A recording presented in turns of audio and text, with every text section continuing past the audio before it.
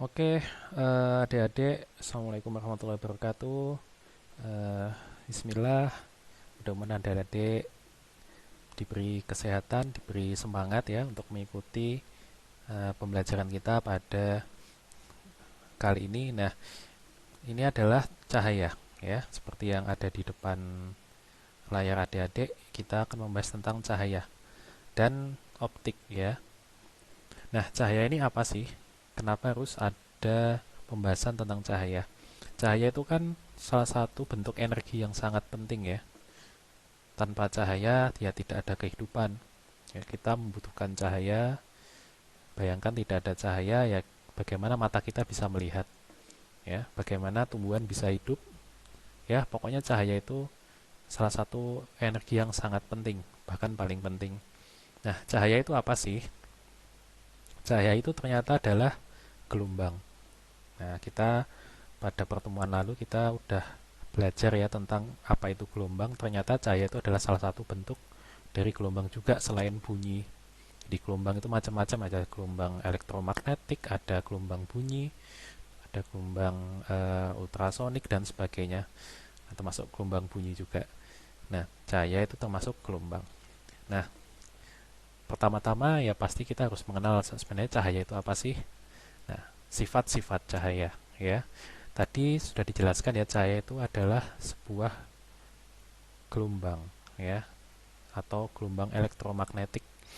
Nah, sebagai sebuah gelombang artinya cahaya itu berarti memiliki apa ya? Cahaya itu berarti memiliki sebuah objek yang bisa diukur sebenarnya, ya kan? Seperti pertemuan lalu kita bisa mengukur, oh eh, berarti misalkan berapa lambdanya dan sebagainya. Nah, cahaya juga bisa kita ukur, makanya cahaya itu masuk dalam objek pengamatan dalam ilmu fisika. Nah, apa aja sih sifat-sifat cahaya itu? Nah, cahaya itu yang pertama merambat lurus tanpa melalui media. Nah, seperti kita tahu ya, kalau bunyi, ya kan, bunyi itu kan dia tanpa adanya udara ya tidak bisa merambat, ya kan? Makanya bunyi itu butuh udara. Sementara kalau cahaya tanpa udara pun dia tetap bisa merambat.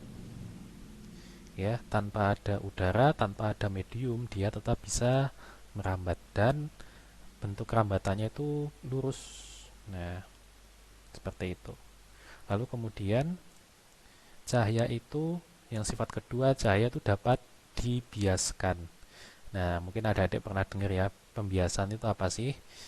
Nah, pembiasan itu adalah pembelokan arah rambat. Jadi meskipun dia lurus, tapi dia bisa dibelokkan. Nah, ya kan dia bisa dibelokkan kalau misalkan dia memasuki medium lain. Nah, yang punya kerapatan berbeda, ya.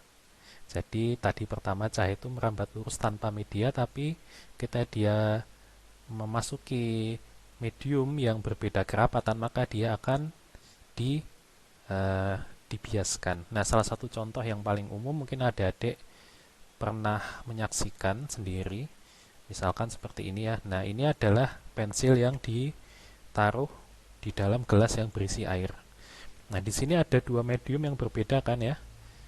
Yang pertama ya, ketika pensil masuk, belum masuk air, lalu kemudian ketika pensil itu masuk. Di sini ada ilusi ya, semacam ilusi pensil itu seolah-olah eh, dia itu seperti patah ya. Padahal ini aslinya tidak. Nah, ini adalah salah satu contoh dari kasus pembiasan yang paling mungkin sering adik-adik perhatikan di dalam kehidupan sehari-hari. Mungkin juga ketika adik-adik seperti contohnya ketika adik-adik memasukkan tangan adik-adik ke air atau ke kolam renang gitu. Itu seperti tangannya itu kayak eh, geser gitu ya. Padahal ternyata aslinya enggak. Nah, itu adalah contoh pembiasan. Nah, pembiasan tadi ya, itu kan datang ketika terjadi ketika sebuah sebuah cahaya itu memasuki medium yang berbeda kerapatan. Nah, ini ada hukum-hukumnya ya, hukum pembiasan cahaya itu ini tokohnya namanya Snellius ya. Ketika yang hukum pertama ya, pasal pertama berbunyi jika sinar datang sinar bias dan garis normal terletak dalam sebuah bidang datar. Nah, jadi sinar datang, sinar bias, dan garis normal terletak dalam sebuah bidang datar. Bidang datar tuh seperti ini nih. Nah, ini bidang yang datar ya kan. Nah, seperti air tadi, kan itu bidang datar. Kemudian perbandingan proyeksi sinar datang dan sinar bias yang sama panjangnya pada bidang batas antara dua zat tembus cahaya merupakan bilangan tetap. Nah, ini mungkin adik-adik akan belajar lebih lanjut tentang pembiasan di materi mungkin di SMA ya. Lalu pasal 3-nya, sinar datang dari medium rapat ke renggang akan dibiaskan menjauhi garis normal. Nah, contohnya misalkan di ini ya, adik-adik bisa lihat di ilustrasi di depan layar adik-adik. Ini misalkan cahaya datang dari udara kemudian masuk ke air. Nah, garis normal itu yang mana? Garis normal itu yang ini nih. Nah, garis yang vertikal ini adalah garis normal. Ini garis normal ya. Adalah garis normal. Nah, di sini di pasal 3 ini berbunyi kalau sinar datang dari medium rapat ke renggang akan dibiaskan menjauhi garis normal. Nah, ini udara ini sebenarnya medium rapat atau medium renggang sih. Nah, air ini medium rapat atau medium renggang. Nah, udara sama air jelas lebih rapat mana? Lebih rapat air. Makanya dia cenderung mendekati garis normal. Nah, nih di pasal 4 ya, sinar datang dari medium renggang udara ke rapat akan dibiaskan mendekati. Nah, mendekati garis normal. Kalau sebaliknya berarti dia menjauhi garis normal. Ini contoh gambar pembiasan dari medium kurang rapat udara menuju medium yang rapat. Nah, adapun yang gambar pembiasan dari medium yang rapat ke medium kurang rapat misalnya seperti ini nih. Nah, seperti ini nih. Nah, misalkan air ke udara ya, kebalik ya. Dia akan seperti ini. Air datang, lalu dibiaskan menjauhi garis normal. Nah, dia akan lebih jauh dari garis normal dibandingkan yang tadi ya. Nah, itu adalah contoh pembiasan. Oke, lalu Snellius itu membuat semacam perbandingan kecepatan cahaya. Jadi cahaya itu punya kecepatan ya. Meskipun kelihatannya sangat instan, tapi dia tuh sebenarnya punya kecepatan, punya angka kecepatan.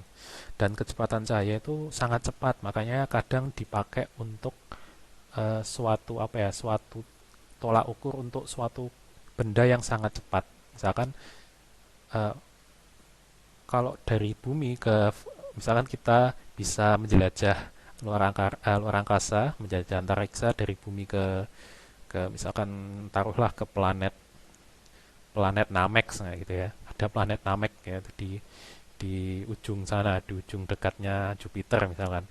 Nah, itu saking jauhnya makanya ilmuwan tuh itu jaraknya adalah 5 tahun cahaya. Nah, artinya cahaya itu kan cepat banget ya, tapi dia membutuhkan waktu 5 tahun berjalan dari bumi ke Namek. Nah, bayangin jauhnya seperti apa, karena kalau dipakai kilometer itu terlalu banyak nolnya nanti. Nah, makanya dia pakai satuan kecepatan cahaya. Nah, ini untuk perhitungan rumus ini sebenarnya untuk SMP belum diaplikasikan dalam bentuk soal, makanya kita langsung aja ke sifat ketiga yaitu cahaya dapat dipantulkan atau direfleksikan. Ya kita tahu ya, kita pernah misalkan kita misalkan kita pegang senter terus kita arahkan ke cermin ya. Pasti nanti cermin itu akan memantulkan cahaya kembali ke sumber cahaya. Nah, itu berarti cahaya itu punya sifat dipantulkan. Ini jika sebuah benda tidak tembus cahaya dikenai cahaya. Nah, di belakang benda tersebut akan terbentuk dua bayangan, yaitu bayangan inti atau disebut umbra dan bayangan kabur yang disebut penumbra. Ada dua jenis pemantulan cahaya, yaitu pemantulan baur atau pemantulan difus. Nah, ini terjadi ketika sinar cahaya itu jatuh pada permukaan yang kasar tidak rata, lalu menghasilkan bayang-bayang. Pemantulan cahaya pada permukaan triplek kasar. Misalkan di sini teman-teman punya apa ya? Ya, punya suatu benda yang permukaannya tuh kasar, ya kan? Misalkan kasar seperti ini. Nah, ketika cahaya itu datang ke permukaan kasar, dia akan dipantulkan kabur, pemantulannya itu tidak terarah, bisa ke sini, bisa ke sana, ya kan, bisa ke sana, ya, cahaya datang ke sana, tidak beraturan. Nah, itu yang dimaksud dengan pemantulan difus, ya. Lalu ada pemantulan yang teratur. Pemantulan teratur itu apa? Yaitu pemantulan yang terjadi bila sinar cahaya itu jatuh pada permukaan yang rata, yang licin. Misalkan seperti ini. Nah, dia akan memantul teratur, ya kan? Nah, seperti ini misalkan, ya kan? Ada mantul ya, dia kan pemantulannya. Nah, dia akan lebih teratur timbang pemantulan yang baur atau difus ini. Oke, mudah-mudahan bisa dipahami ya, adik-adik. Nah, itu tadi adalah sifat ketiga, cahaya itu dapat dipantulkan. Nah, ini adalah hukum pemantulan cahaya oleh si Snellius tadi ya. Sinar datang, sinar pantul, dan garis normal terletak pada satu bidang datar. Sudut datang I sama dengan sudut pantul R. Nah, itu nanti mungkin kita akan pelajari kapan-kapan ya, yang tidak terlalu penting juga. Nah, lalu kemudian sifat keempat yaitu cahaya melentur ketika melalui celah sempit. Nah, ini nanti juga mungkin akan adik dapatkan di SMA ya. Lalu nomor 5, cahaya dapat mengalami penguraian warna. Ini juga mungkin akan dipelajari lagi di tingkat pendidikan yang lebih lanjut lagi. Yang jelas dispersi cahaya atau penguraian warna itu adalah peristiwa terurainya warna putih menjadi 7 warna cahaya. Misalkan dalam pelangi ya, itu salah satu bentuk cahaya yang didispersikan ya kan. Ini ada Mejiku Hibiniu ya. Misalkan seperti itu. Jadi sebenarnya pelangi itu adalah salah satu bentuk penguraian warna. Nah, jadi warna itu ada karena ada cahaya. Bayangin kalau misalnya nggak ada cahaya ya tidak ada yang namanya warna. Oke, itu tadi sifat cahaya. Berarti apa aja sifat cahaya? Kita review lagi. Ya, yang pertama cahaya itu merambat lurus ya, tanpa media. Kemudian cahaya dapat dibiaskan ketika dia melewati dua medium yang berbeda kerapatan. Ya, misalkan di sini ada yang dari rapat ke renggang atau dari renggang ke rapat. Kalau dari renggang ke rapat dia akan mendekati. Pembiasannya akan mendekati garis normal. Kalau dia dari rapat ke renggang, maka otomatis dia akan menjauhi seperti ini. Nah, menjauhi garis normal. Oke, kemudian sifat ketiga cahaya dapat dipantulkan. Pemantulannya ada dua, yaitu pemantulan baur atau pemantulan difus, kemudian pemantulan teratur. Pemantulan baur itu terjadi ketika cahaya itu dia jatuh pada permukaan yang kasar, maka pemantulannya akan tidak teratur, ya, tidak bisa diprediksi arahnya. Sementara kalau pemantulan teratur, dia jatuh pada bidang yang rata, misalkan kayak kaca, kayak cermin. Nah, cermin makanya eh, kita bisa memprediksi itu kira-kira nanti pantulannya akan kemana. Nah, seperti itu. Kemudian sifat berikutnya, misalkan cahaya melentur, lalu cahaya dapat mengalami penguraian warna atau dispersi. Oke, mudah-mudahan adik-adik bisa memahami ya. Kemudian kita